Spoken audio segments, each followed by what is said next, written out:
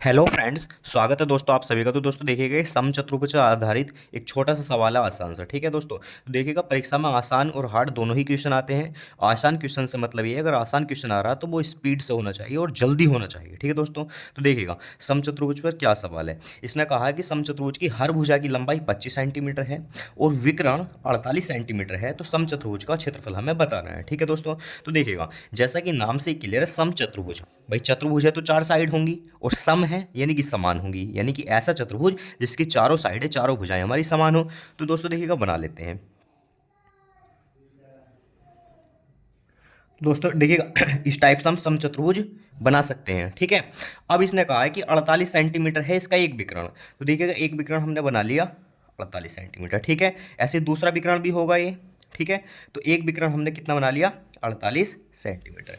और भुजा कही है, भुजा कितनी है दोस्तों 25 है। चलो भुजा हमने लिख ली 25 सेंटीमीटर। ठीक है, ऐसा नहीं है, कोई सी भी साइड हम 25 लिख सकते हैं। ठीक है, अब 48 सेंटीमीटर हमारा एक विकर्ण है, एक भुजा हमें पता है, हमें बताना है क्षेत्रफल। ठीक है दोस्तों, तो सबसे पहली बात देखिएगा, किसी भी सवाल में ये जरूरी होती है कि हमें जो चीज़ बतानी है, जो जिस चीज़ की वैल्यू बतानी है, उसके लिए जरूरी क्या है। ठीक है, समचतुर्भुज का क्षेत्रफल बताना, तो समचतुर्भुज का क्षेत्रफल का फॉर्मूला होता है हाफ d1 इंटू d2। ठीक है, अब ये d1 इंटू डी टू क्या है, d1 है पहला विकर्ण और d2 है दूसरा विकर्ण। d का मतलब है दोस्तों विकर्ण, यानी कि मैं यहां से ये समझ पाया कि अगर मुझे विकर्ण की वैल्यू पता चल जाए कि d1 क्या है d2 क्या है, तो मैं यहाँ पुट कर दूंगा और वैल्यू यहाँ से क्षेत्रफल की निकाल लूंगा। ठीक है, अब d1 तो मुझे पता है भाई, एक विकर्ण की वैल्यू तो मुझे पता है, लेकिन दूसरे की मुझे नहीं पता। समझ पा रहे हैं दोस्तों, सवाल करने के लिए जरूरी है कि हमें क्या चाहिए, उसके लिए क्या जरूरी है। क्षेत्रफल चाहिए, क्षेत्रफल का फॉर्मूला हाफ d1 d2, यानी कि दोनों विकर्ण पता होने चाहिए।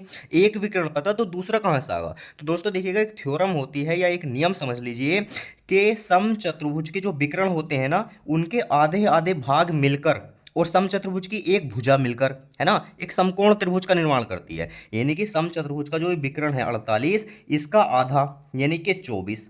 ठीक है, और समचतुर्भुज की एक भुजा और दूसरा वाला आधा विकर्ण, जहां मैं पेन से घुमा रहा हूं पेन अपना, ये एक समचतुर्भुज का निर्माण करते हैं। ठीक है, ऐसे इधर भी आप मान सकते हैं, ऐसे इधर भी और ऐसे इधर भी, चारों। ठीक है, यानी कि एक समचतुर्भुज में हम बोल सकते हैं कि चार हमारे समकोण त्रिभुज होते हैं। तो मैं यहां से ये समझ पाया कि यार अगर मेरा पूरा विकर्ण ये 48 है, तो आधा कितना रहा होगा 24 रहा होगा, और एक भुजा मुझे दी हुई है 25। ठीक है, 24 25, तो क्या आपको 7 की फील नहीं आ रही यहां से ट्रिपलेट से। भाई समकोण त्रिभुज के लिए तो ट्रिपलेट बने होते हैं, तो 24 7 25, यानी कि आपको इस सवाल के लिए बेसिक बेसिक ट्रिपलेट पता होनी चाहिए। ठीक है, तो मुझे पता चला यार 48 विकर्ण था तो आधा कितना हो गया 24, एक भुजा मुझे दी हुई थी 25, तो 24 7 25 का मेरा ट्रिपलेट हो गया। तो ये जो मेरा आ गया इतना निकल के 7 आ गया। ठीक है, अब अगर आधा विकर्ण 7 है, भाई ये विकर्ण ही तो है, देखिएगा ये भी विकर्ण है ऊपर वाला और ये दूसरा विकर्ण है, तो अगर आधा विकर्ण 7 है तो पूरा विकर्ण कितना होगा 14 होगा।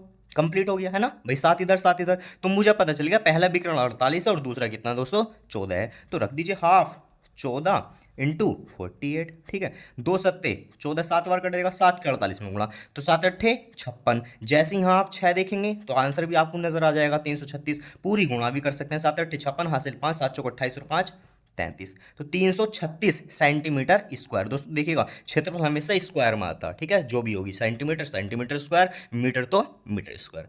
दोस्तों देखिएगा, इस सवाल के माध्यम से मैंने आपको इस सवाल की जो कॉन्सेप्ट है ना, वो समझाने का प्रयास किया है। ठीक है, अदरवाइज करना होता तो इसके लिए लिखना नहीं पड़ता। अब देखिएगा जब आप पारंगत हो जाएंगे ना, तो ये जो चीजें है ना आपके माइंड में चलेंगी। अच्छा, एक विकर्ण 48 है तो आधा 24 हो जाएगा, ये 24 है, ये 25 है, तो ये 7 आ जाएगा, 7 का डबल 14 हो जाएगा, हाफ गुणा 14 गुणा 48, दो से काट देंगे, 2 सत्ते 14 और 7 की गुणा 48। यानी कि जो सारी प्रोसीजर है दोस्तों, ये माइंड में होती है, लेकिन कब होगी माइंड में, ये तब होगी माइंड में जब आप बहुत ज़्यादा इस पर प्रैक्टिस कर चुके हैं, कई प्रकार के सवाल इस पर कर चुके होंगे। तो थैंक यू दोस्तों, कैसी लगी वीडियो जरूर बताइएगा।